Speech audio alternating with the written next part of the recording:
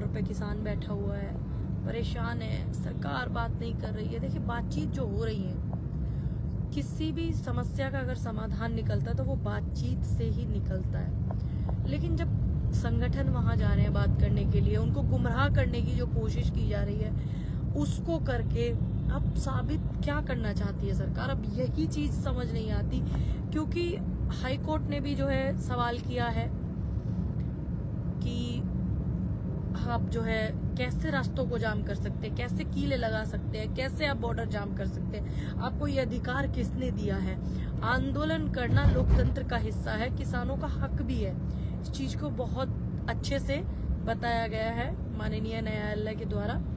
लेकिन उन चीजों को भी ध्यान में ना रखते हुए इतनी बर्बरता जो करी जा रही है सरकार के द्वारा, ये बिल्कुल जो है गलत है। इन चीजों से आप साबित क्या कर लोगे? आने वाले समय में चुनाव भी है, क्या आप गोले चला करके, बॉर्डर जाम करके, कील गड़ा करके, लोगों को इधर उधर ना जाने देना, और इतनी बड़ी चीजें सख्ती हरियाणा में जो कि मतलब आपके पासपोर्ट रद्द कर दिए जाएंगे, और आपको जो आपके बच्चे एमबीबीएस कर रहे हैं, ये कर रहे हैं, वो कर रहे हैं, उनके एडमिशन रद्द कर दिए जाएंगे।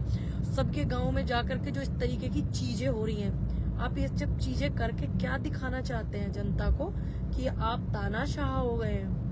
कैसा मतलब ये माहौल, इस तरीके का माहौल जहाँ जिस देश में लोकतंत्र नहीं है वहां भी इस तरीके की बात नहीं। एक तरफ आप बात करते हो किसानों की, हवा फायर करते हो, है ना, हवा में बातें करते हो, एक तरफ आप किसानों के साथ इस तरीके की बर्बरता कर रहे हो।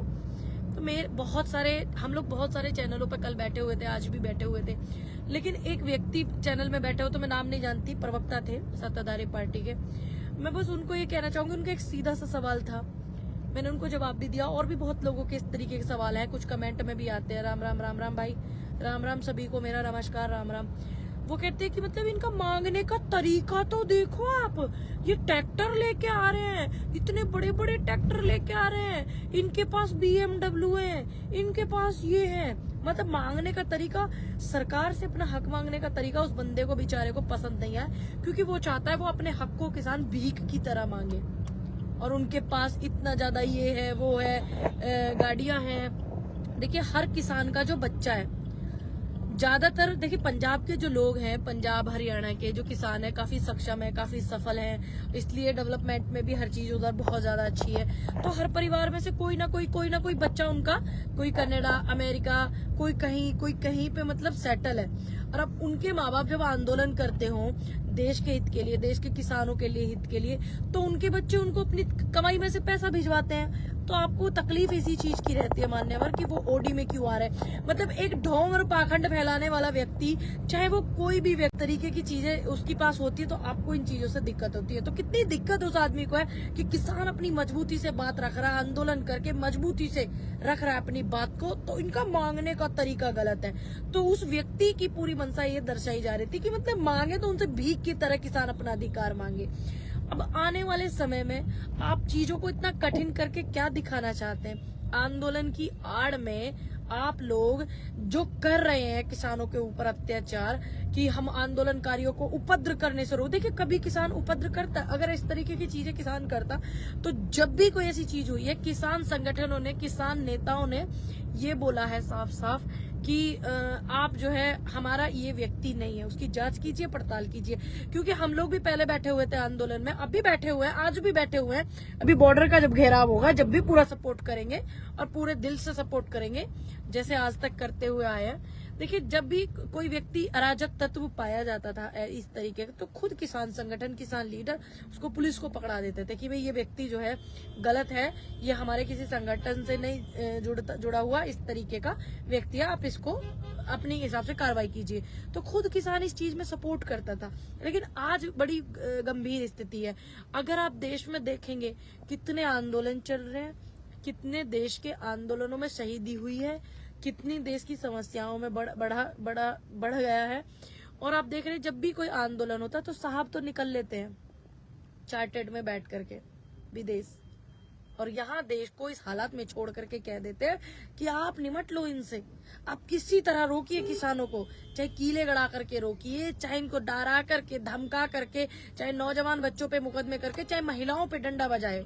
सरकार खूब डंडे बजा रही है महिलाओं पे, किसी को आंख में गोली लगाया, किसी को पैर में कोई गोली लगाया, किसी को कहीं लगाया। इन सब चीजों से नहीं होगा। जो किसान का स्वाभिमान है, किसान का अधिकार है, लोकतंत्र। देखिए, अगर कोई भी बात है, हम लोकतंत्र देश में हम अपनी बात को कैसे रखेंगे? हम ज्ञापन के जरिए से रखेंगे, हम टेबल टॉक करेंगे उसके जरिए से रखेंगे, हम अपनी पंचायत के जरिए से रखेंगे, हम मीडिया के जरिए से रखेंगे। जब आखिरी विकल्प हमारे पास बच जाता है तो वो होता है आंदोलन करने का, पैदल मार्च करने का, फिर दिल्ली आने का। बहुत से लोग कह रहे दिल्ली क्यों आ रहे हैं? भाई, पूरा देश की जो सरकार है वो दिल्ली से चलती है, क्योंकि दिल्ली राजधानी है। तो जो दिल्ली में बैठे हुए लोग हैं, हम उनसे ही तो अपनी बात करेंगे। अब आप जो उस दूरी को बढ़ा रहे हो, 2022 में जब आंदोलन स्थगित कराया गया तो वो ये बातें कह करके स्थगित कराया गया था कि आप जो है, अभी चुनाव है यूपी में, तो आप आंदोलन को स्थगित कर लीजिए, हम एमएसपी दे देंगे, ठीक। लेकिन 2020 का आंदोलन आज 24 चल रहा है, आंदोलन को स्थगित कराया 22 में, आज 24 चल रहा है। 2 साल इन्हीं चीजों को हो गए हैं। तो आप सोचिए कि उनकी मंशा कितनी गलत है। तो इस देश में आप किसानों से नहीं जीत पाओगे, मेरा ये निवेदन है। आप जिनको बैठ करके आतंकवादी, खालिस्तानी, पाकिस्तानी बता रहे हो टीवी पर, भाजपा के प्रवक्ताओं, कान खोल करके सुन लेना कि आप ही इनको ऐसे उल्टा सीधा बोलते थे कि आतंकवादी आ गए, खालिस्तानी आ गए, पाकिस्तानी आ गए। और आप इस बात को भी ध्यान रखना, उन्हीं से टीवी पर बैठ करके देश के प्रधानमंत्री जी ने माफी मांगी थी, और आप उन्हीं को अराजक तत्व बता रहे हो। इसका मतलब या तो आप गलत हो या प्रधानमंत्री जी। तो आप तय कर लीजिए, क्या देश के प्रधानमंत्री आतंकवादी से माफी मांगे थे? बताइए। जो आप बैठ करके सारे प्रवक्ता, मैं इतनी डिबेट में बैठ रही हूँ, कभी उनको आतंकवादी कहा जाता है, कभी कुछ कहा जाता है, किसानों को कभी कुछ कहा जाता है। तो देश के प्रधानमंत्री माफी मांगे थे 22 में, तो क्या आतंकवादियों से मांगे थे? ये तय करना है आपको, ये समझना है आपको कि आप किसानों को इस तरीके की भाषा का इस्तेमाल नहीं कर सकते। आप बैठ करके समाधान कीजिए, आप उनसे बात कीजिए। आपकी बात विफल हो रही है, अगर आप उनसे बात नहीं करेंगे तो फिर से देश में बड़ा आंदोलन होगा। इसमें कोई दोहराया नहीं। कोई संगठन देश में इस तरीके का नहीं होगा जो देश के किसानों को सपोर्ट न करता हो, चाहे वो किसी भी पार्टी का व्यक्ति हो। बार बार ये कहते हैं कि राजनीतिक पार्टियां इन्वॉल्व है, राजनीतिक पार्टियों का आंदोलन है, कांग्रेस का आंदोलन है, और कम्युनिस्टों का आंदोलन, पता नहीं क्या क्या चीजें बोली जाती है।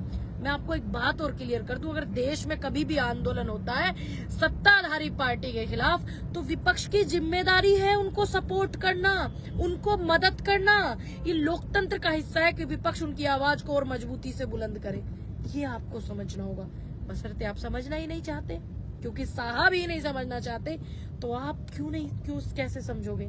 क्योंकि हो तो सारे एक ही थाली के चट्टे बट्टे।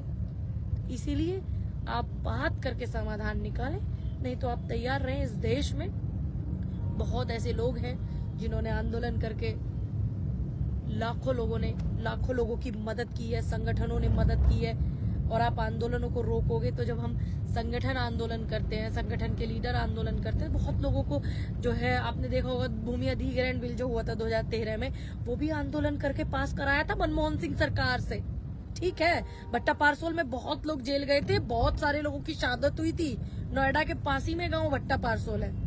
तो आंदोलन एक रूपरेखा को दर्शाता है कि देश में लोकतंत्र है। तो आप आंदोलन को खत्म करके लोकतंत्र को खत्म करना चाहते हैं, आपकी ये मंशा दर्शा रही है। और आप जो सरकारी संपत्तियों को खराब करते हैं, आपके खिलाफ कौन सा मुकदमा लिखा जाए साहब? सरकार में बैठ करके आप सरकार की संपत्ति को खराब कर रहे हैं, आप पे तो डबल चार्ज होना चाहिए। किसी एक किसान ने इस तरीके का किया होगा तो आपने फटाक से उस पर फालतू मुकदमे लगा करके जेल में डाला होगा। अगर किसी ने गलती से भी ऐसा किया होगा, भूल से भी ऐसा किया होगा, अपने बचाव में भी अगर ऐसा किया होगा, और लोगों के 10 लोगों के बचाव में भी अगर ऐसा किया होगा ना, तो आपने फटाक से उस आदमी को जेल में डालकर न जाने कितने मुकदमे लगाए होंगे। आप पे कौन सा मुकदमा लगता है, क्या आप बताएंगे?